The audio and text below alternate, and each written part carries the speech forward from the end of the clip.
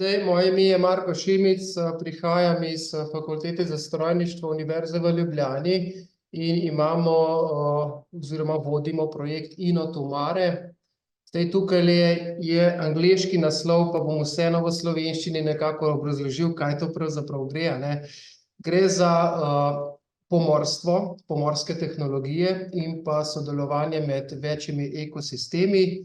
In že sam naslov nekako pove, da gre za krepitev kapacitete, a ne, za odličnost slovenskega, hrvaškega inovacijskega ekosistema s podporo belgijskih partnerjev. Namen pa je podpora predvsem v smeri digitalizacije in pa zelenemu prehodu tehnologij, ki so značilni za pomorstvo.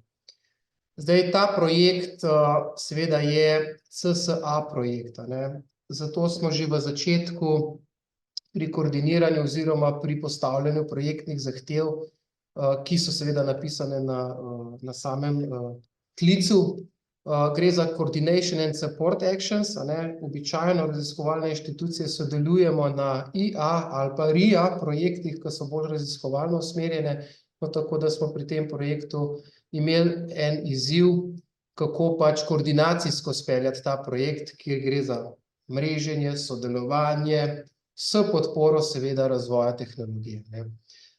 Trajanje projekta nekako 4 leta.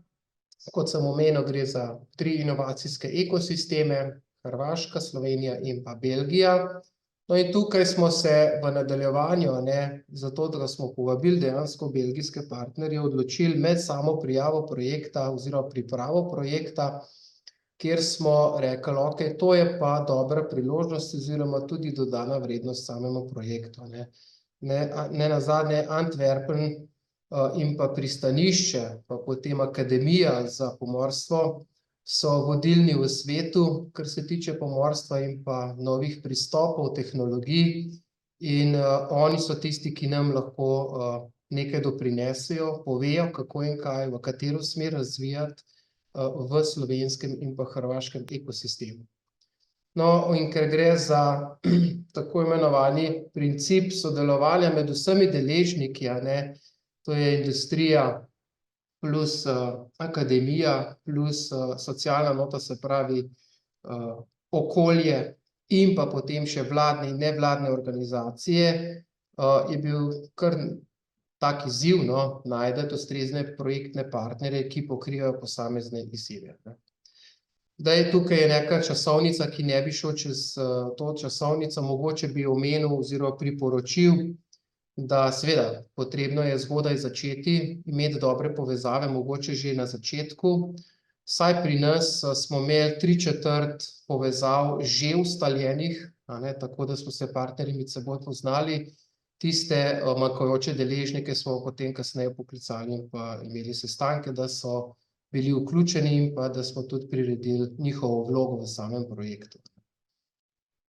No, in kaj je bila tista prva motivacija? Seveda, na eni strani zahodna Slovenija z tudi centrom v Ljubljani, kjer smo predvsem močni na področju izdelovalnih tehnologij, proizvodne, se pravi industrije. Mnogo sodelujemo z industrijo in pa inovacije prenašamo v industrijo, nekoliko manj pa sodelujemo z pomorstvom, a ne, konkretno z Luko Koper, in smo nekako v zadnjih 4 letih začeli sodelovati, videli priložnosti, da se tudi v pomorstvu v Sloveniji da marsikaj narediti in prenesti znanje in pa rešitve iz industrije, ki bi bile koristne seveda tudi za pomorstvo, a ne, to govorimo o logistiki, o ladjah, o navigiranju, o proizvodnji tudi ladij, a ne, se pravi, ne govorimo samo o pristaviščih, ampak tudi o proizvodnji ladij, da bi bila bolj zelena, bolj učinkovita, da bi vse skupaj potekalo bolj efektivno. To je bil en razlog, a ne, in ta potreba se je kazala tako v Sloveniji, v Hrvaškem, in tukaj nekako malo zaostajamo za posamezno članico v Evropi. No, in potem smo seveda se odločili, da gremo v zahodno Slovenijo kot močen partner na področju tehnologij, a ne, in pa Adriatic Croatia oziroma hrvaški partner v okolici Reke in pa Kvarnerja, ki so pa dokaj močni na pomorstvu, a ne. In seveda, sodelovanje bi sigurno poneslo sadove tekom projekta. No, in tukaj gre za sodelovanje in pa prenos znanja in pa usmerjanje, se pravi, pristopov, kako pomorstvo tudi promovirati, a ne. Kaj v pomorstvu sploh pravzaprav je, a ne, in na podlagi dogodkov in pa sodelovanja s Hrvati smo videli, da seveda logistika, pomorstvo, ladjedelništvo je kar velik delež industrije, a ne, in se splača v to tudi vlagati. No, in tako smo pač trije partnerji, trije ekosistemi, a ne, belgijski, hrvaški in slovenski, se rekli, okej, mi bomo sodelovali, zdaj pa je treba najti posamezne deležnike v ekosistemu in seveda akademija, industrija, javne oblasti, družbeni akterji. No, in tukaj, ko gre za CSA projekte, ne, je pomembno, da mi vplivamo tudi na okolje in lokalne skupnosti. In to se je treba zavedati tudi pri projektni prijavi. Se pravi, da v obzir dajemo lokalne strategije, nacionalne strategije, evropske strategije in da lahko z našimi rešitvami oziroma z našimi aktivnostmi vplivamo tudi na določanje oziroma spremembe strategij, ne. Ko govorimo o slovenskem prostoru, a ne, recimo pametna specializacija, potem nacionalna strategija digitalizacije in podobno, ne. In seveda univerze pa fakultete že pri tem sodelujemo, ne, že pri pripravi takih načrtov, tukaj pa mogoče pomorstvo še bolj poudarjamo, ker bi bilo smiselno, a ne. No, in nekako uskladiti med partnerji, koliko število partnerjev res potrebujemo za izvedbo. Tokrat smo se odločili, da je nekoliko več partnerjev pri hrvaškem delu, malo bolj pomorsko usmerjena, v Sloveniji 5 partnerjev in pa inovacijski ekosistem iz Belgije kot podporni sistem s 4 partnerji. Predvsem je treba tukaj mogoče poudariti, da ko smo gradili partnerstvo, seveda, eni so polnomočni partnerji, ki imajo tudi finance in nekaj razvijajo in izvajajo aktivnosti. Drugi partnerji, ki so dolgoletni sodelovalci že pri drugih projektih, so se odločili biti zraven oziroma smo jih povabili tudi kot partnerji brez financiranja, ne. In to Evropa rada vidi. Tudi, da imaš podporne partnerje, kjer ne potrebujejo financ, sodelujejo preko drugih aktivnosti, ki so koristne tudi za ta projekt, a ne. Druga zadeva je pa, ko gradimo neko partnerstvo, je pomembno, da tako imenovano, ne, po angleško se reče letter of support oziroma pismo podpore, da partnerji, ki smo jih zbrali, ne, to recimo vidimo tukajle, čisto konkreten primer, partnerje, ki smo jih predlagali za konzorcij oziroma ekosistem, tisti, ki niso financirani, so dali vsaj pismo podpore, kar pomeni, smo imeli sestanke z njimi, vejo, za kaj se gre, vejo, kako oni lahko doprinesejo oziroma, ko jih pokličemo, kako lahko vplivamo, da bomo skupaj sodelovali in naredili tudi na lokalnem ali nacionalnem nivoju nekaj, a ne. Prav, da se tega zavedajo in teh partnerstev, vidite, ni samo 19 partnerjev iz vseh 3 ekosistemov, ampak jih je na koncu lahko tudi 50 sodelujočih, kjer so vsi 4 deležniki vključeni, a ne. Nenazadnje, glede na to, kaj mi razvijamo znotraj projekta, potem vključimo ustrezno industrijo, ustrezne vladne organizacije, da nam pri tem potem pomagajo razširjati to znanje, ne. Pa če se vrnem nazaj, a ne, glavni cilj oziroma motivacija, ne, seveda, prenos najboljših praks iz vodilnega belgijskega ekosistema, ne, na področju pomorstva. Seveda, druga zadeva je pa bila že v pripravi projekta, ne. Kaj pa smo mi sposobni sploh narediti, a ne, se pravi mapiranje značilnosti ekosistemov, in je bila to podlaga nekako, katere aktivnosti za družbeno korist mi lahko izpeljemo, kaj že izvajamo, in pa katere pilotne projekte kot razvojne projekte, dodano vrednost projekta, tudi in recimo centralne aktivnosti projekta, mi lahko razvijamo, ne. No in to seveda okrog raziskovalnih pilotnih projektov smo potem šli na tiste 3 ključne aktivnosti, ki še manjkajo vsaj v hrvaškem in slovenskem prostoru. Nekaj se dogaja že na evropskem in svetovnem prostoru, ampak smo ugotovili, da to manjka pač pravzaprav tudi globalno. Kar pomeni neka VR tehnologija, digitalizacija pomorstva, zelene energije, vodikove tehnologije, digitalni dvojčki, upravljanje sistemov, potem navigacija ladij, odkrivanje raznih anomalij na morju in izogibanje, optimiranje poti. To so ti 3 ključni parametri, ki so tudi promotorji potem za vse ostale aktivnosti. Ali za promocijo pri mladih talentih, ali za diseminacijo, razširjanje rezultatov, in ne nazadnje v tem projektu je bilo nekako zahtevano tudi, da zasnujemo načrt tudi za prihodnje. Se pravi, kaj bomo s temi rezultati počeli in katera industrija in kateri obrati lahko profitirajo na podlagi integracije teh raziskovalnih tehnologij. No in seveda, Evropa oziroma pri evalvaciji projektov se zahteva enak grafični smiselen prikaz, kjer zajame bistvo koncepta posameznega projekta, sprav ožje gledano, kaj pravzaprav se dotikamo, katerih lokalnih pa nacionalnih direktiv, oziroma kaj zaobjamemo in razvijamo znotraj projekta, da bomo to dosegli. To so te ekosistemi, ki smo jih imeli, sem že omenil, pomembna je podpora, partnerstvo, da imamo v zaledju dovolj partnerjev za razširjanje vsega tega znanja.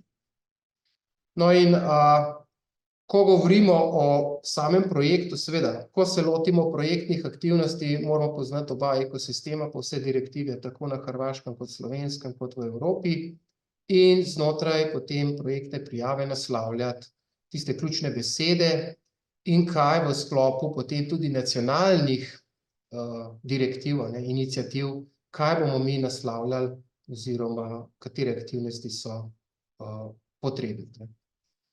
Če se osredotočim mogoče na glavne izzive, ki smo jih imeli pri projektni prijavi, seveda na začetku se vedno odločate, ali Univerza v Ljubljani s podpornimi službami, kot so pač projektna pisarna, kot so alumni, kot so karierni centri, kot so druge zadeve, v sodelovanju z določeno fakulteto, ki je mogoče operativni koordinator, ali smo zmožni to vse skupaj peljati, imamo osebje ali pa pač najamemo zunanjo službo. In na začetku se je treba zavedati in to tudi dobro predvideti, ker je možnost, da pač najamete zunanjo službo in predvidite določena sredstva tudi za to. Pri prijavi projekta ali pa pri potem vodenju projekta. Druga zadeva, kar je mogoče, pač ekosistem, zmogljivost partnerjev, kaj bo kdo delal. Predvsem bi apeliral na te, ki prijavljate projekte, ko imate enkrat draft, projektne prijave, dajte res dobro prebrati in uskladiti aktivnosti v tem smislu, da jih lahko tudi izvedete. In temu potem primerno določite tudi key performance indikatorje oziroma indikatorje, ki jih morate doseči znotraj projekta. Mogoče še neki namigi.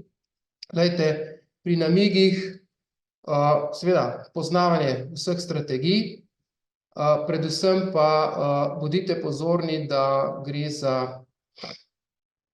mogoče pač pripravo, kjer se pripravljate, in ko prijavljate projekt in še posebej pol, ko greste v grant agreement, pogodbeno, kjer lahko še kaj spremenite, da res definirate, kako in kaj bo kdo kaj počel. Zdaj, določene pohvale, zakaj smo projekt dobili, razširjanje znanja, belgijski partner kot eden ključnih, po mojem vlogi, jasno opredeljeni cilji, pri nam jih je kar 17 za doseganje. Predvsem bi tukaj poudaril, da na začetku predvidite poleg koordinatorstva, tudi vsaj pri CSA projektih, predvidite ekipo za komunikacijo, diseminacijo in pa razširjanje. Pomeni, da tudi kreirate neko ekipo za vzdrževanje spletne strani, za nalaganje gradiv, za vzdrževanje socialnih omrežij in pa nalaganje gradiv oziroma rezultatov promocije projekta, ne. In to morate nekako predvideti, a ne. Ker če ne, pač CSA projekti nimajo vpliva, ne.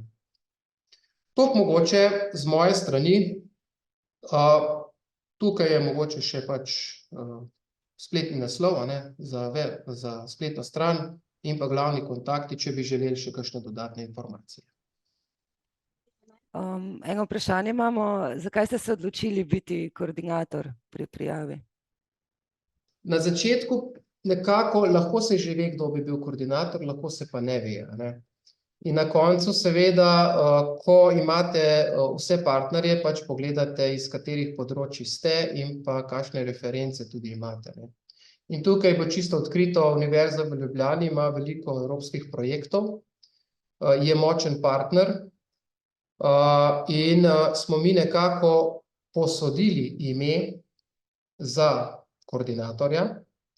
Seveda je pa obstaja možnost, da koordinator koordinira, lahko se pa določene aktivnosti tudi porazdelijo med ekosisteme in tako smo mi tudi naredili, ne. Se pravi, naven, da smo bili močni kot koordinatorji z izkušnjami na projektnem vodenju in pa z uspešno izvedenimi projekti, smo bili boljši kot Hrvatje, ne, kot Univerza v Rijeki.